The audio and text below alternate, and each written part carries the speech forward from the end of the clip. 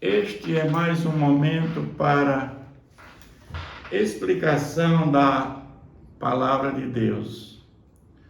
O texto base para nossa reflexão está no livro do profeta Abacuque, capítulo 3.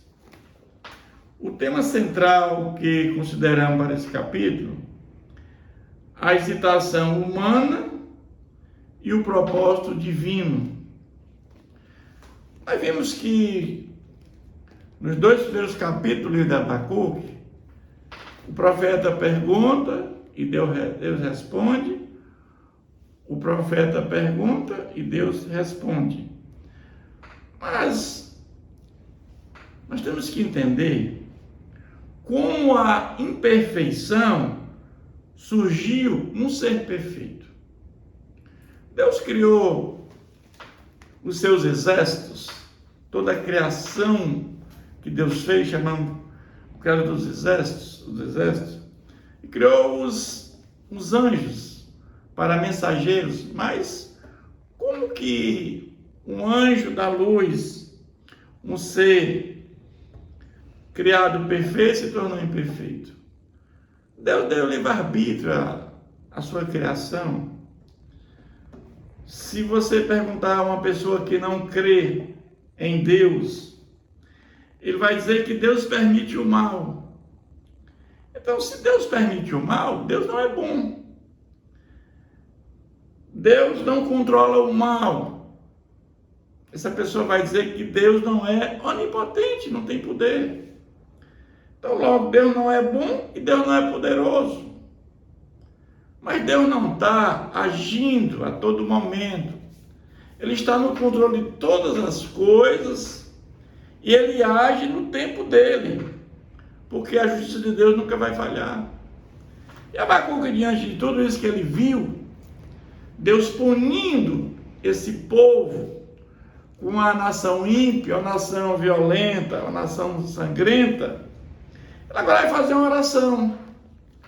Ele vai reconhecer o que Deus já tem feito na sua história. E ele diz o seguinte: tenho ouvido, ó Senhor, as tuas declarações. Deus respondeu a ele as duas vezes que ele perguntou.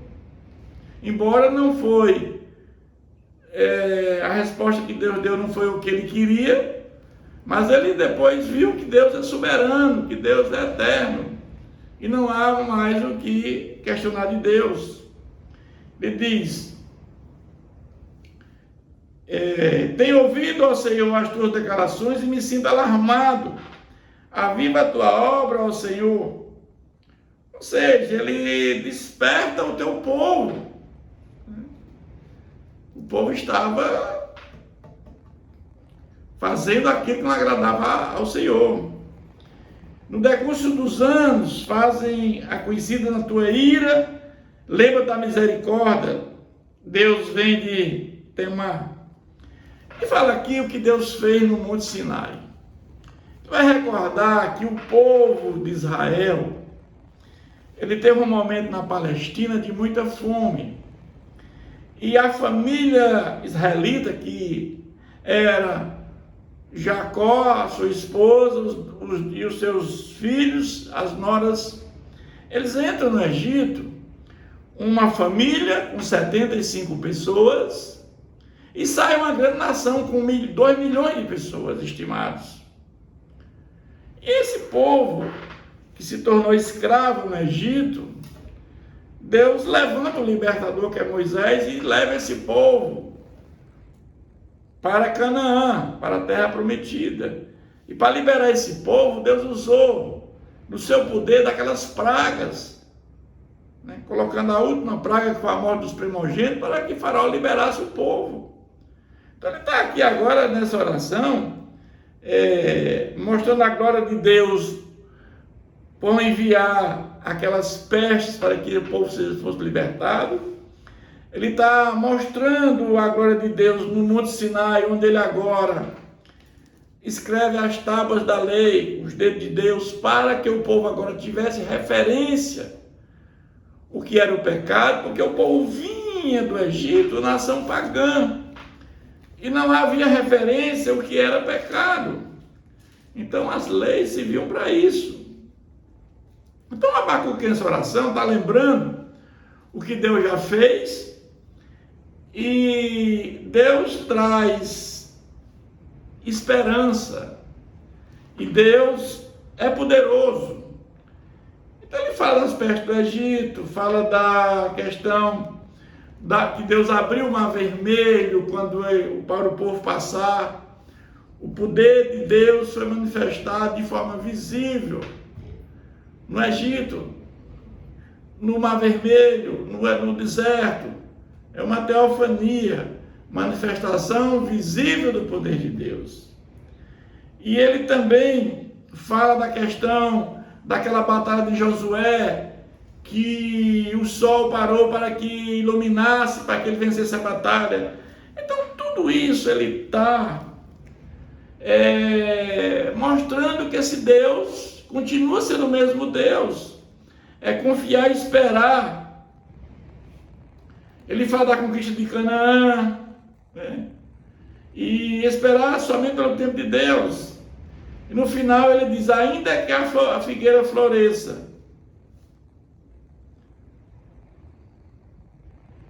nem haja fruto na vide, o produto da oliveira minta, e os campos não produzam mantimento, as ovelhas sejam arrebatadas do aprisco, e nos currais não haja gado, todavia eu me alegro no Senhor, mesmo que tudo, né, não tenha mais nada.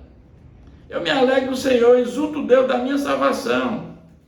O Senhor Deus é minha fortaleza, e fez os meus pés como a corça, e me faz andar alternadamente erguido. Então é esse Deus que está mostrando. Enfrentamos adversidades, sim, problemas, nós devemos confiar em Deus, viver pela fé.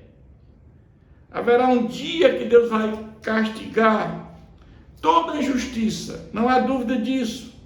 O mal será castigado, o ímpio será punido, mas o justo viverá pela fé. Deus preparou um povo eterno para ser seu povo. Quando ele diz que eu sou a ressurreição e a vida, quem crê em mim, ainda que morra, viverá. Para aqueles que creem em Jesus, há uma continuidade de vida. Os que se veem são temporais. O que se vê são temporais. Os que não veem são eternos. O Messias veio e não creram nele para que sejamos o povo de Deus. Quem crê em Jesus terá a vida eterna. Então esse viver pela fé, ele vai nos levar à reforma protestante e vai nos levar a Cristo e a nossa fé em Cristo para nos trazer salvação e vida eterna. Então esse capítulo, Abacuque termina com essa oração linda, né? Falando que o Senhor é o Deus da nossa salvação. E aí ele volta a entender que Deus é soberano, que Deus é o Deus das causas impossíveis e nada foge do seu controle, a sua história. Que Deus continue nos abençoando.